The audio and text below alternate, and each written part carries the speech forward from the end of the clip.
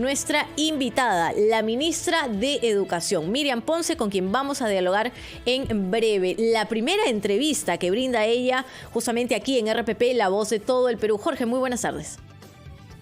¿Qué tal, Joana? ¿Qué tal, amigos? Sí, un gusto estar con ustedes. Nos reencontramos para actualizar todo lo ocurrido en las últimas horas y, por supuesto, proyectándonos a lo que será el partido de la selección a las 5:30 de la tarde. Cobertura desde las 5 con nuestros enviados especiales a Paraguay, Jesús el Tanque Arias, Alan Díez, Pedro Goñi también. Y vamos a estar ahí acompañando a la selección. Pero sí, la coyuntura también, la agenda política y social, por supuesto, también vamos a tenerla aquí en esta edición de la Rotativa del Aire, edición tarde, Joana. Así es, así iniciamos 12 del mediodía con 8 minutos. Bienvenidos, bienvenidas. Nos quedamos con ustedes hasta las 2 en punto. Le damos las buenas tardes y la bienvenida a la ministra de Educación, Miriam Ponce. Gracias por este tiempo, por este espacio en RPP Noticias, por darnos además su primera entrevista. Bienvenida. Y de inmediato le consulto, ministra, ¿quién la convoca justamente para el puesto que ocupaba la señora Márquez? Buenas tardes. Bueno, primero muy buenas tardes a toda la audiencia, a ti y a Jorge. Gracias también por esta entrevista. Me convoca, por supuesto, el Premier y la señora Presidenta de la República. Usted ocupaba el cargo de viceministra. Sí, desde enero de este año estuve ocupando el cargo de viceministra de Gestión Pedagógica en el Ministerio, ¿no? ¿Y la convocatoria es algo que la tomó por sorpresa? Bueno, yo no hablaría de sorpresa. Yo creo que, es, como bien han señalado el Premier, el refrescar un gabinete trae cambios y creo que el que propongan que sea una viceministra que venía trabajando ya con la ministra Márquez es una clara evidencia de que existe una línea, digamos, de trabajo que vamos a seguir trabajando y esforzándonos para que así sea, porque tenemos claro, digamos, cuál es esa línea que vamos a impulsar, ¿no? Ministra, le saluda Jorge Turpo desde Arequipa. Buenas tardes. ¿Cuál es su vinculación actualmente con Fuerza Popular, con el partido que tiene bancada en el Congreso? ¿Cómo está? Buenos días, Jorge. Bueno, yo he escuchado muchas cosas desde el día de ayer. Yo soy una persona que ha trabajado en el sector de educación hace más de 30 años, vengo trabajando.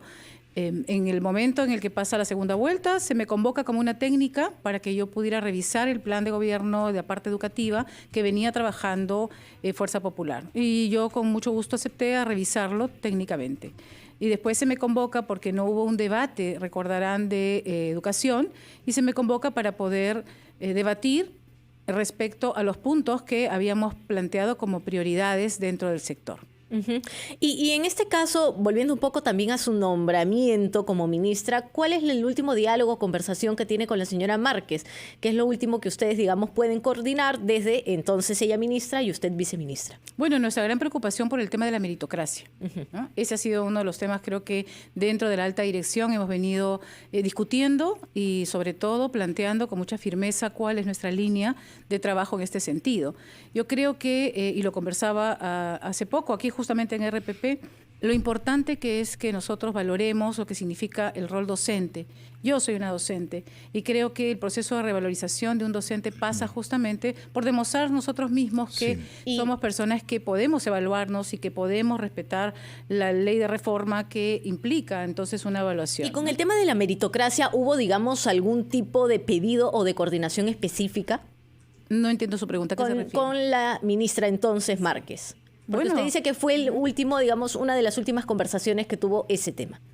Bueno, no, básicamente lo que nosotros planteamos es que el proyecto de ley que se ha emitido en el Congreso de la República, creo que es importante que podamos revisarlo. Yo estoy esperando poder tener una conversación con quienes han proyectado esta ley, con quienes tienen una posición, digamos, determinada, para poder explicarles también la nuestra, ¿no? Creo que hay que, además, aclararle a la opinión pública que los maestros llamados interinos, que realmente se le llamaba interino a aquel docente que no había tenido título pedagógico y que estaba dentro de la ley del profesorado.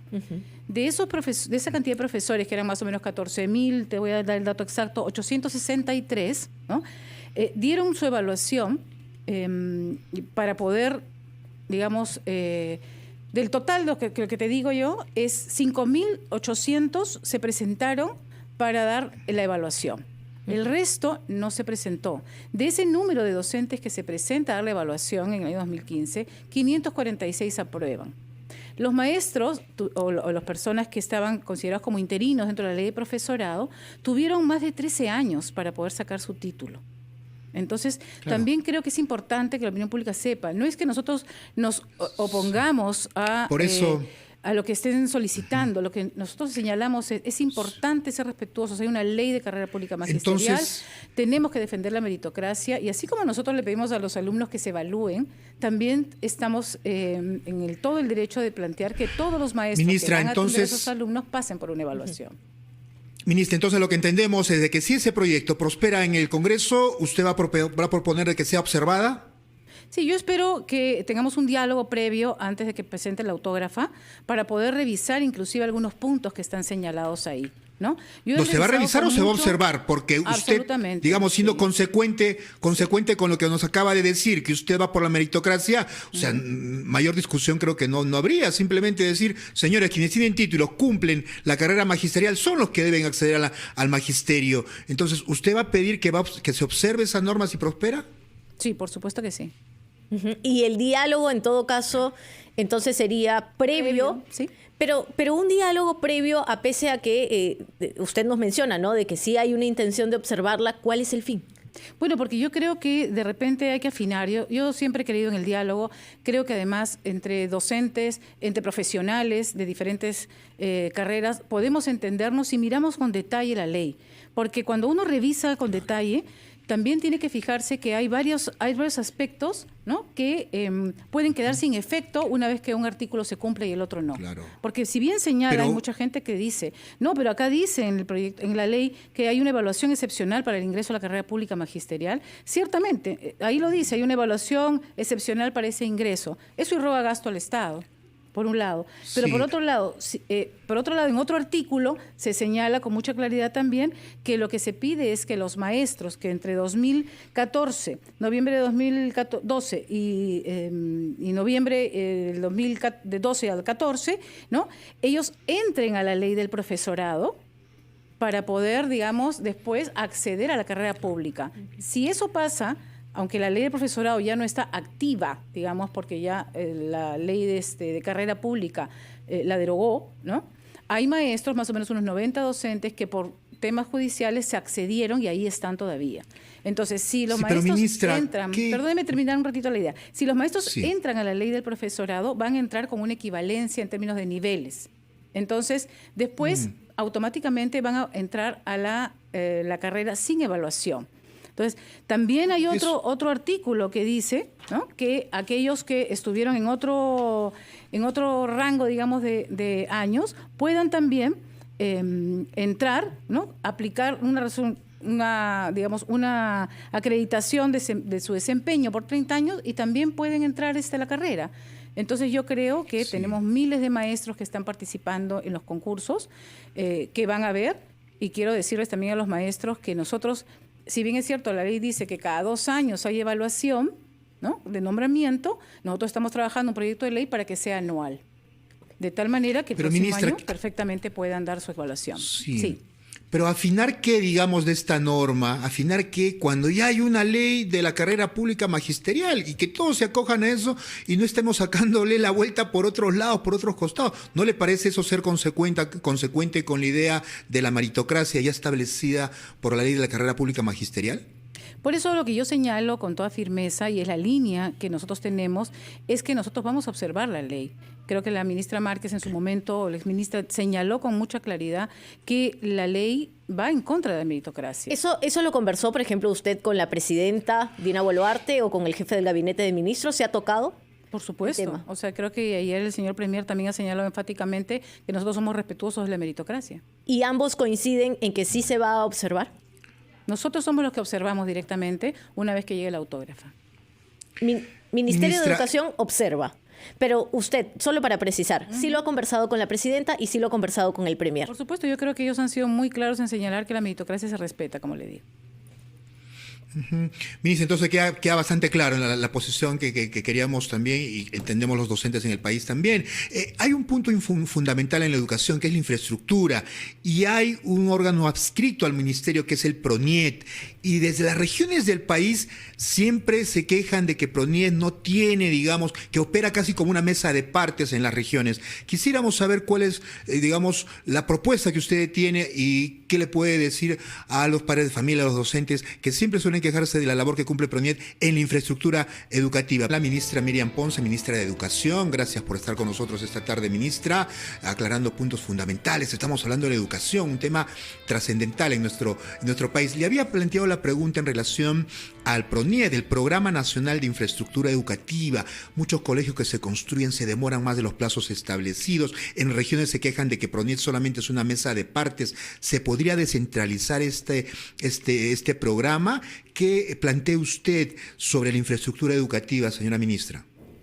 Bueno, Jorge, primero señalar que efectivamente el PRONIET es una instancia que está en el Ministerio de Educación, dependiente del Viceministerio de Gestión Institucional, con quien estamos trabajando articuladamente para poder asegurar que las inversiones que se hagan en infraestructura sean inversiones no solamente que, por supuesto, respeten todos los procesos, y ustedes saben que la administración pública tiene sus tiempos y sus procesos, pero sobre todo que priorice, ¿no? Que priorice para... Hemos hablado de que la brecha es muy grande. Evidentemente, todos sabemos que esto no se va a solucionar en breve tiempo. Sin embargo, estamos impulsando y vamos a impulsar con mucha fuerza lo que significa la inversión oportuna, la asistencia técnica que se da a las regiones también para poder hacer sus proyectos de infraestructura y que estos pasen a poder tener un presupuesto adecuado y que responda con todos los aspectos técnicos que solicitan, ¿no? En este momento una prioridad es asegurar también lo que va a significar la atención en el norte frente al fenómeno del niño, ¿no?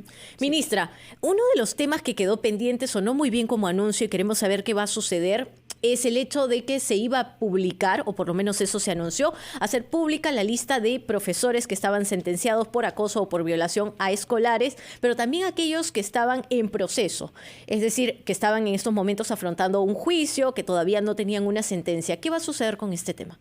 Bueno, básicamente el proyecto de ley se ha presentado, se está haciendo algunas observaciones y revisiones desde el Consejo de Viceministros, por supuesto, para asegurar que todo esto tenga la claridad que se tiene que tener en cualquier proyecto de ley y lo vamos a presentar al Congreso, por supuesto.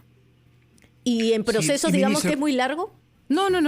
Estamos ya en la última revisión, pero nosotros apostamos, creo que todos los padres de familia tienen el derecho de poder conocer quiénes son los maestros de sus hijos. Cuando uno va al médico también quiere saber quién va a ser el médico e investiga y mira qué experiencia tiene, y nosotros creemos que los padres de familia tienen derecho y tenemos que proteger por sobre todo a nuestros estudiantes como primera finalidad. Sí, y ministra, ¿cuál es su posición en relación a lo hecho en el Congreso, en relación a la educación superior, con la SUNEDU, con la intervención en la SUNEDU, y todo esto de que se había avanzado en mejorar la calidad de la educación superior? ¿Cuál es la posición que usted tiene?